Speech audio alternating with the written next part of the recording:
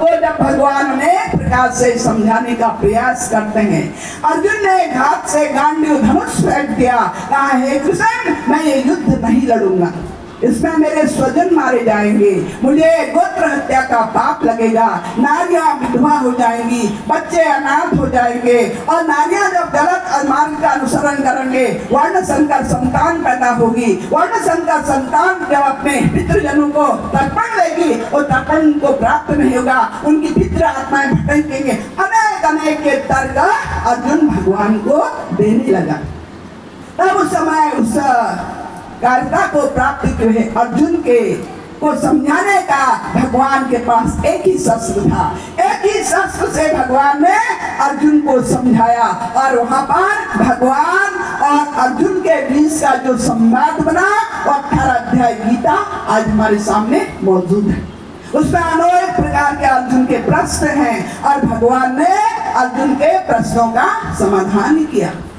और समझाने लगे। समझाते समझाते भगवान ने कहा अर्जुन, जिस अध्यात्म योग की चर्चा, जिस ज्ञान की चर्चा मैं आप तुम्हारे समक्ष कर रहा हूँ, यही ज्ञान मैंने कल्प के आदि में सूर्य को दिया था, सूर्य ने अपने पुत्र मनु को दिया, मनु ने ज्ञान राजा इच्छांकु को दिया, इच्छांकु से ज्ञान राजर्षियों में फैला, और कालांतर में ये ज्ञान लोप हो गया। और जब तक ज्ञान लुप्त होता है, अधर्म बढ़ता है, अनीति अनाचार बढ़ता है, तब तक इस ज्ञान को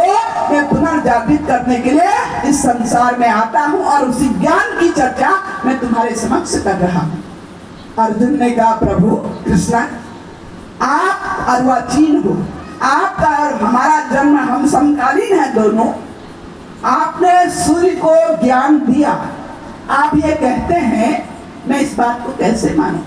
तब भगवान कहते हैं अर्जुन, तुम्हारे और मेरे अनेक जन्म इस संसार में हो चुके हैं, परंतु तुम माया के अधीन होकर के बार बार तुम्हारा जन्म होता है, बार बार तुम्हारी मृत्यु होती है। मैं योग माया को अपने बस में करके स्वेच्छा से जन्म लेता हूँ और स्वेच्छा से अपने शरीर को विलीन करता हूँ। मेरे जन्म और कर्म बड़े दिव्य हैं अर्जुन, अगर तुम मुझे समझना चाहोगे तो इन नेत्रों के द्वारा तुम मुझे नहीं समझ सकते, नहीं देख सकते, नहीं पहचान सकते। न तू माम सत्य से दृष्टु मनयनास चक्षुषः दिव्यम ददामि ते चक्षु पश्चिमे युग में सर्व। हे अर्जुन, ये भौतिक नेत्र, ये चर्म चक्षु नाशवान संसार को देख सकते हैं, नाशवान जगत को देख सकते हैं, और मेरे अविनाशी स्वरूप को देखने के लिए इन नेत्रों में क्षमता नहीं है। तुम मेरे उस दिव्य स्वरूप को जान सको, देख सको, समझ सको,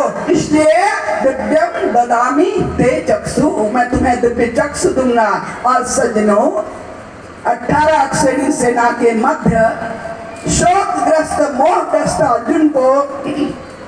भगवान ने अपने बंदे के स्पर्श मात्र से जब उस दिव्य दृष्टि का ज्ञान प्रदान किया, और अर्जुन ने जब भगवान के उस दिव्य रूप को, उस विशाल और विराट रूप को अपने अंतःकरण में देखा, वही अर्जुन जब आंख खोलता है, रथ से नीचे उतर करके अर्जुन ने 2 हाथ जोड़े हुए थे, भगवान के चरणों में अर्जुन का मस्तक था। अर्जुन परमात्मा की स्तुति करता है, प्रभु आप देवों के आदि देव हो, गुरु के आदि गुरु हो, संसार के आदि मध्य अंत प्रभु आप ही हो। मैं आपको नहीं समझ सका, मैं आपको नहीं जान सका, और जो है मैंने आपको सखा कहा, अपना मित्र समझा, अपना साथी समझा, मेरे से बड़ी गलती हुई है। आप तो परमात्मा के भी परमात्मा हो, कृष्णम वंदे जगत गुरु, आप तो संसार के गुरु हो प्रभु, मैं आपको नहीं समझ सका। सज्जनों, वो क्या ज्ञान था?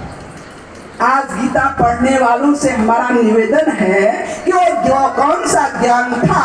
जो ज्ञान मोहग्रस्त अर्जुन को भगवान ने कुरुक्षेत्र के मैदान में दिया, और जिससे अर्जुन का मोह और अज्ञान नष्ट हुआ। वही अर्जुन अपने गांडीव वाला धनुष को उठाता है, रथ के ऊपर आरूढ़ होकर के अर्जुन का पहला शब्द था नष्टो मोह